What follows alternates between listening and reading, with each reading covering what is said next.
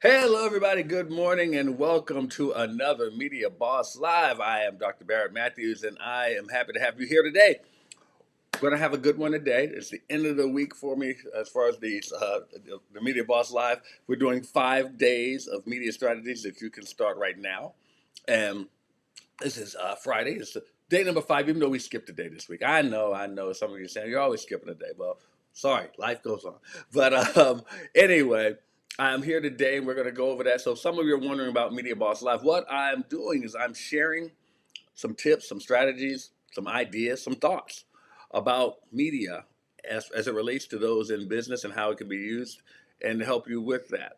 Well, you're wondering to yourself, well, why you? Well, my background is media. I studied mass media arts at Hampton University, and I did a lot there as far as what I did in college, online broadcast, as far as television, radio station, sports director, wrote for the newspaper, did all types of different things, did internships outside of school with TV stations, and then I did an internship at WUSA TV, Channel 9 in Washington, D.C. Got a chance to meet one of my mentors there, Mr. James Brown. You may know him from CBS Sports. JB took me under his wing and actually put in a word for me to help me get my first job as the assistant director there at the news station. And I appreciate him for that so much so that I wanted to show him homage, but he showed me more homage by actually getting me up to CBS Sports. And then I worked up there, worked with some of my idols in sports, and worked with some of the legends in sports broadcasting as well. So thanks to JB for that. And I ended up getting out of television for a little bit because of some of the corporate drama. Some of you know about that. And then I got into the business world, into the business sector, I should say. And as far as the business sector was concerned, it was cool. But no matter what I did, something involving media kept pulling me back in, no matter how much I couldn't get out of it. You know what I mean? So then, as I got out of that, I decided to, you know what? Let me just go back into media because that's what I do and that's what I do pretty well. So I started doing media for myself, and I realized that other people, started needing my service. Excuse me, 1 second. Had a dealing with my some issues with my family, so I want to make sure I got that straight. So, but at any rate, what I did is I actually got back into media helping other entrepreneurs. So I started helping entrepreneurs do podcast production. And when they were doing the podcast production, I said, you know what, that's not enough. Let me help them with more media because everybody consumes information through one form of media or another, but that doesn't mean that everybody consumes it through one form of media. So, what I started doing was working to help people to get their media seen everywhere all at once. And that's what I do here at Media Boss Pro. So, when people say the term media boss, they think that I'm saying that I am a media boss. Well, it's more about you. What I want to do is turn you into a media boss. And that is someone, in my opinion, who controls their own media. So many people are here that I'm trying to work with. I want someone to get me on their podcast. I want someone to get me on their live stream. I want someone to put me in their book. And instead, why not create your own? Write your own book. Start your own live stream. Do your own podcast. Create your own platform. Invite others to your platform, and guess what they end up doing? They usually invite you back to theirs.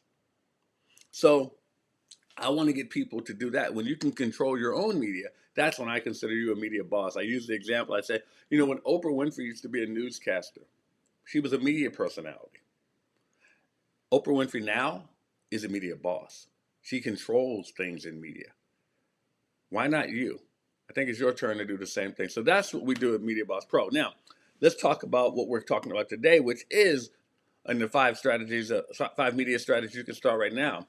Today, we're going to talk about those of you heard me mention about writing a book. We're talking about selecting a book topic. And how do you select a book topic? And I want to talk about this because I've been talking to some people who are putting books out, and I would just say I'll save some of my criticism. How about that? Because of the topic. So let me talk about this. First of all, it is Number one is passion and interest. It is a good idea to follow your passion. I mean, you should write about what you love or are deeply interested in. I'm not saying you shouldn't, because it'll keep people, I should say, motivated and it'll keep you motivated through the writing process. Now, there should be a sustained interest. Make sure it's something that you can remain excited about, because you have to be the one writing it. And if you're not excited about it, if you're not interested in it, it'll show in your writing. It will surely show in your writing. So, number two, market research. You got to identify what the market needs. Look at current trends and the genres that are out there, and what are readers interested in. This is so important when you're talking about your book topic. What are the readers interested in?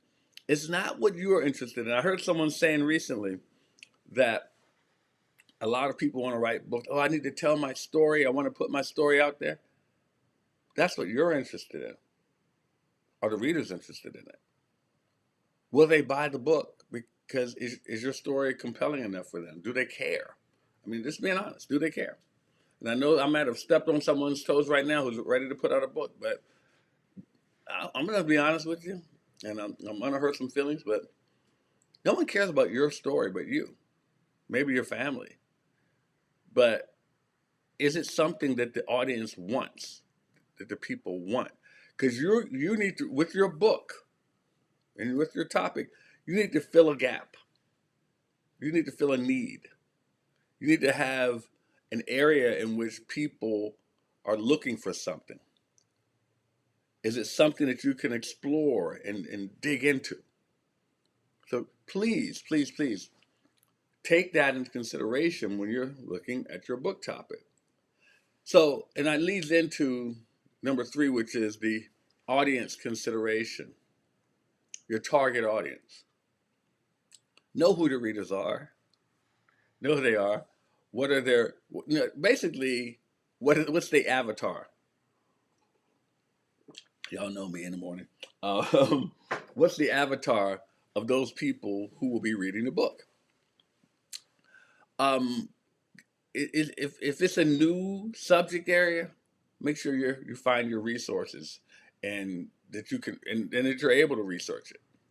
Because if you're not able to research it, it's going to be hard for you to dig deep in this book. And those who are in it may be able to question you as about your research on it. So understand that. You need to be able to do that. But you want to make sure that you're able to get what your audience considers out there. Who are the potential readers? Who are the potential groups? There may be book clubs out about your subject, believe it or not.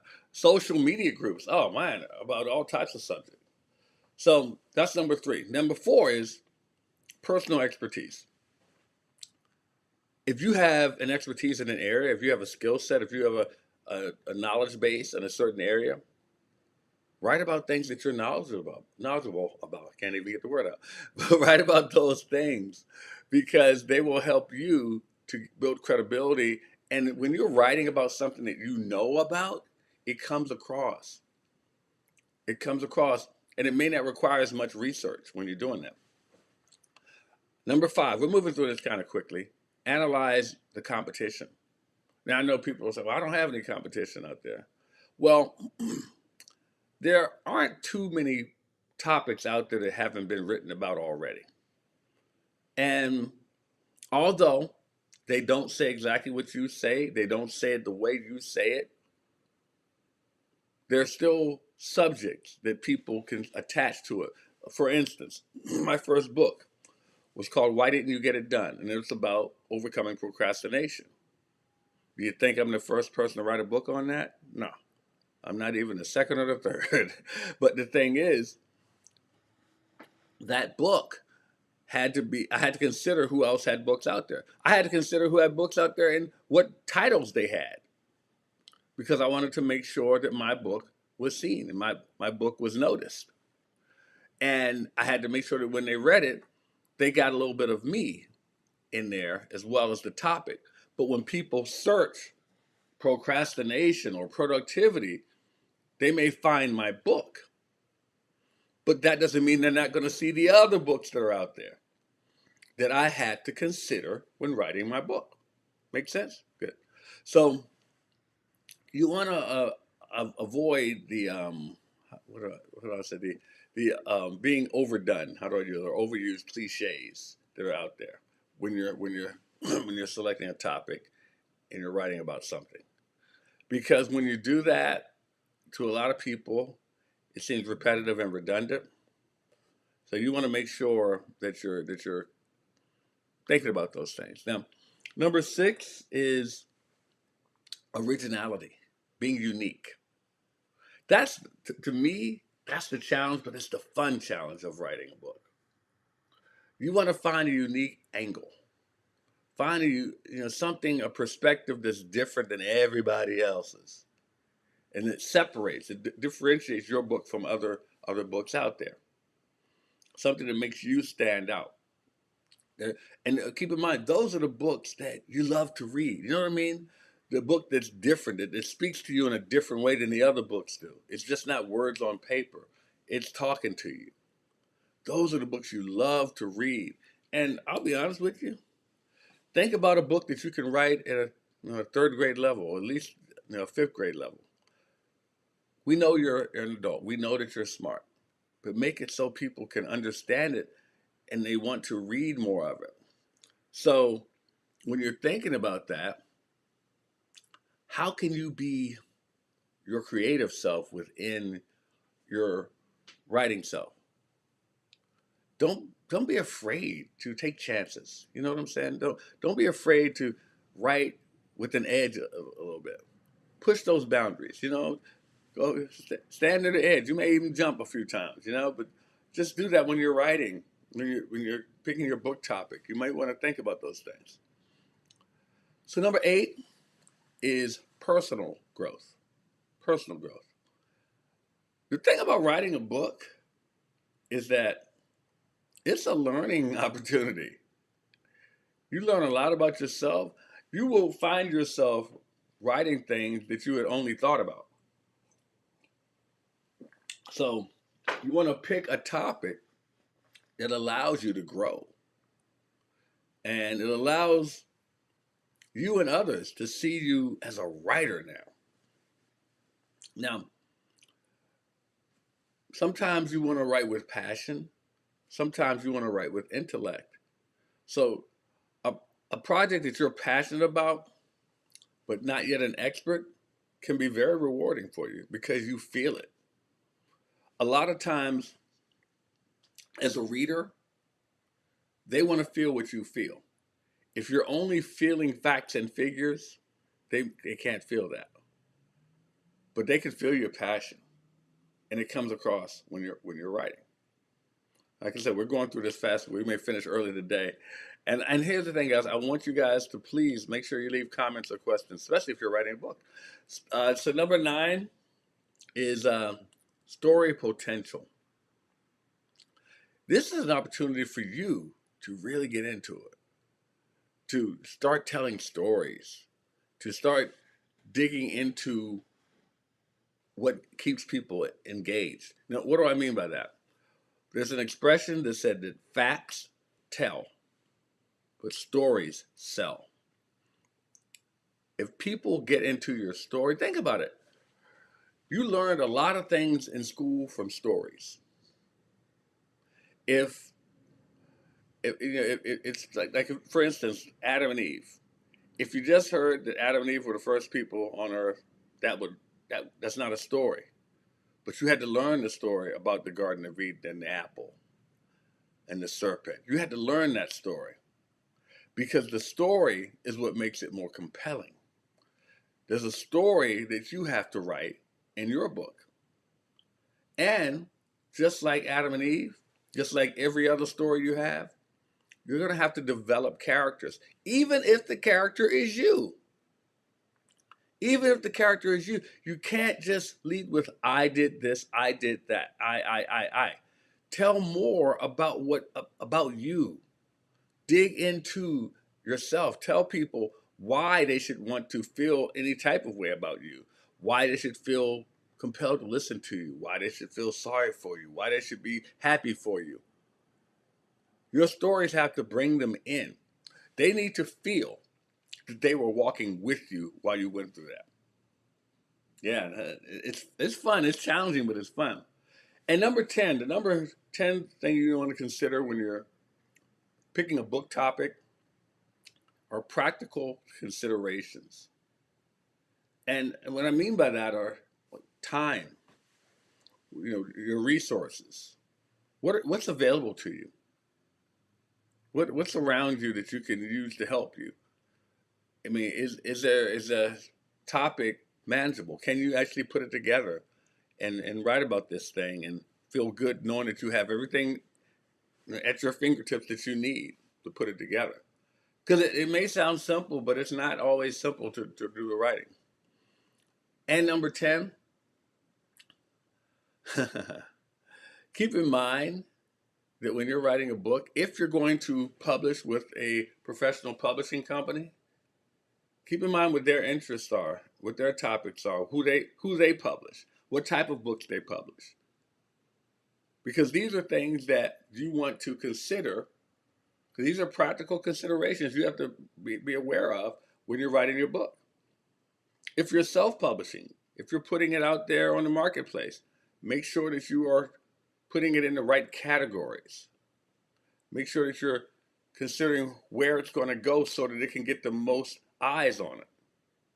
These are all things you have to consider when you're writing a book. And I know, like I said, I know it's a lot of stuff. I know a lot of you are saying, well, Barrett, do I really need to know all these things when I'm picking a book topic? Yeah, because the topic of your book is going to determine whether the book goes anywhere and whether people are going to be interested. You have to know that there are people out there that want to read this. It's not just about you. It's not just about you. Understand that, because when you're writing a book, I know you want to write the book. I get that. But the book is so others will read it. I know so many people who've written books and they're happy to say, yeah, I'm an author, I wrote a book. Aren't selling any books. Aren't selling any books. Now, I get it. I don't want you to say I'm writing a book just to make money, although it's good. But if you're not selling any books, that means all you did was write a book. I mean, you can almost look at it like when you were in school, you wrote a paper. Yeah, you wrote the paper. So the thing is, when you're writing a book, hopefully you're writing that book because you want others to see it. So you want to make sure that they want to see it. Not buying it because they loved you, not buying it because they feel sorry for you, not buying it because you gave it to someone else and they feel that they need to have it too, because they want it. People buy things that they want, not that they need. I know you may think they need my book, and they may, but they buy things they want. So make them want your book because it fills a void that they need. Okay? So this is the end of our Friday session of the Media Boss Live, the five days of strategies of media strategies you can use right now. So I thank you guys for joining us. I hope you're going to be sharing this. I hope you're going to leave comments. I hope you're going to like it. I hope that you're going to share this with people as well. And I hope you'll join me next time for Media Boss Live. So guys, I always leave you with a quote, and I want to tell you guys, but I really, really hope that you guys are emphasizing the use of media in your business. I want you to understand that if you want to reach more people, you need to capitalize on the media that's out there. I'm doing this live stream. This is just one form of media. Some of you may see it on social media. That's another form of media. There are other forms of media. You need to learn to embrace them. Once you learn to embrace the forms of media out there, you can see that more eyes and more ears will be able to find out what you do and how you serve people. So, with that being said, I'm going to leave you with my quote I always leave you with, because remember, guys, like I always say to you, yes, you, are very special. Why? Because you are God's vessel. Everybody, I want to thank you for joining me on Media Boss Live, and I will see you next time. I want everyone to have a great day, have a great weekend, and be safe.